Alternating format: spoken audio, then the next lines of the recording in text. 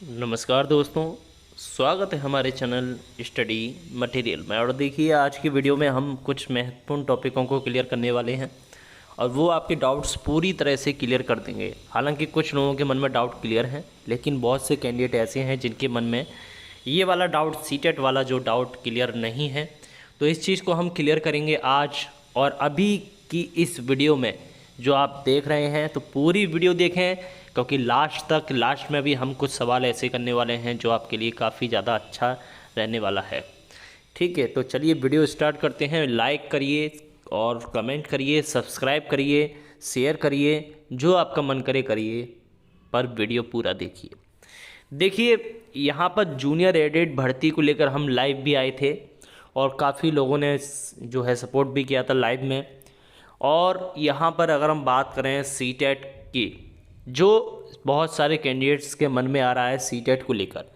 देखिए, सबसे पहले अगर हम बात करें सीटेट की, तो मान लीजिए कि किसी कैंडिडेट का जो है नंबर जनरल कैटेगरी के बराबर है।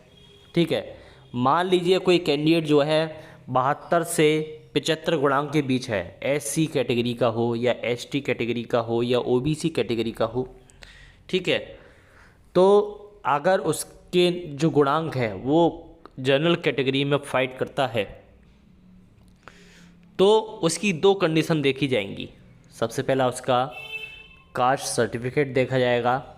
ठीक है, पहली बात तो दो नहीं, सॉरी, एक ही चीज़ देखी जाएगी, वो देखी जाएगी आपका सीटेट का नंबर।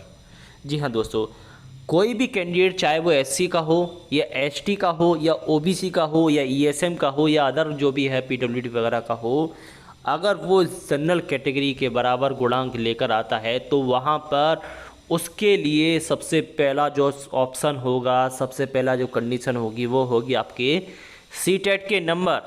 जी हाँ दोस्तों, सीटेट के नंबर सबसे पहले देखे जाएंगे। जैसा कि आपको पता है कि क्वालिफाइंग क्या है, जो है जनरल कैटेगरी का क्या क्वालिफाइंग है और अदर कैटेगरी का क्या क्वालिफाइंग है, ये आप सबको पता है अच्छे से सीटेट के बारे में।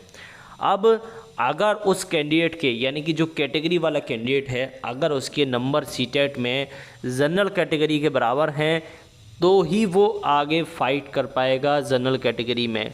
अन्यथा अगर उसके नंबर जनरल कैटेगरी के बराबर नहीं हैं सीटेट में अगर उसके नंबर अपनी ही कैटेगरी से उसका सीटेट पास है, तो यानी कि कुल मिलाकर अगर उसके नंबर सीटेट में 90 से नीचे हैं तो वो चाहे कितने भी नंबर हों उसके जूनियर एडेड परीक्षा में, कितना भी अच्छा गुणांक हो जूनियर एडेड परीक्षा में, लेकिन फ़ाइट वो सिर्फ़ और सिर्फ अपनी कैटेगरी में ही करेगा। तो इस चीज़ को आप बिल्कुल क्लियर कर लीजिए।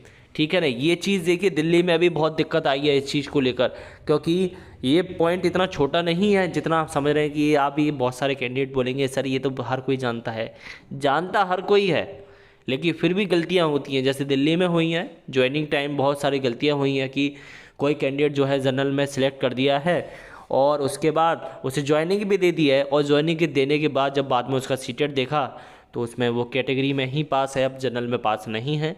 तो अपनी कैटेगरी वाइज ही उसका सीटेट पास है, तो उसे वापस जो है अपनी कैटेगरी में लाया गया। और इससे क्या हुआ कि उसकी जगह जो है एक कैंडिडेट जो बढ़ गया था कैटेगरी में, वो दोबारा से भर्ती से बाहर हो गया। तो बहुत बुरा लगता है कि किसी को ज्वाइनिंग मिलने के बाद वो फिर से बाहर हो जाए।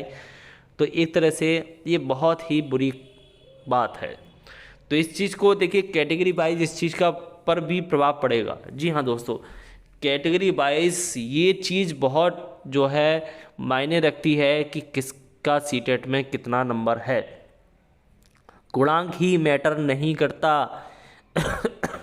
ऐसे ही गुणांक में जनरल में ओबीसी ऐसे ही जनरल में नहीं डाल दिया जाएगा, चाहे कितना भी गुणांक हो। पहली कंडीशन सीटेट है, उसके बाद ही आपको जनरल कैटेगरी में प्रेफर किया जाएगा। अन्यथा आपको अपनी ही कैटेगरी में भाई साहब उसी में रहिए, वही आपका जोन है तो उसी जोन में आपके लिए छोड़ दिया जाएगा। तो इस चीज़ को आप बिल्कुल माइंड में बैठा लीजिए, ठीक है ना। बाकी का कोई भी इन्फॉर्मेशन होगी आपको बता दी जाएगी। तो धन्यवाद दोस्तों, जय हिंद।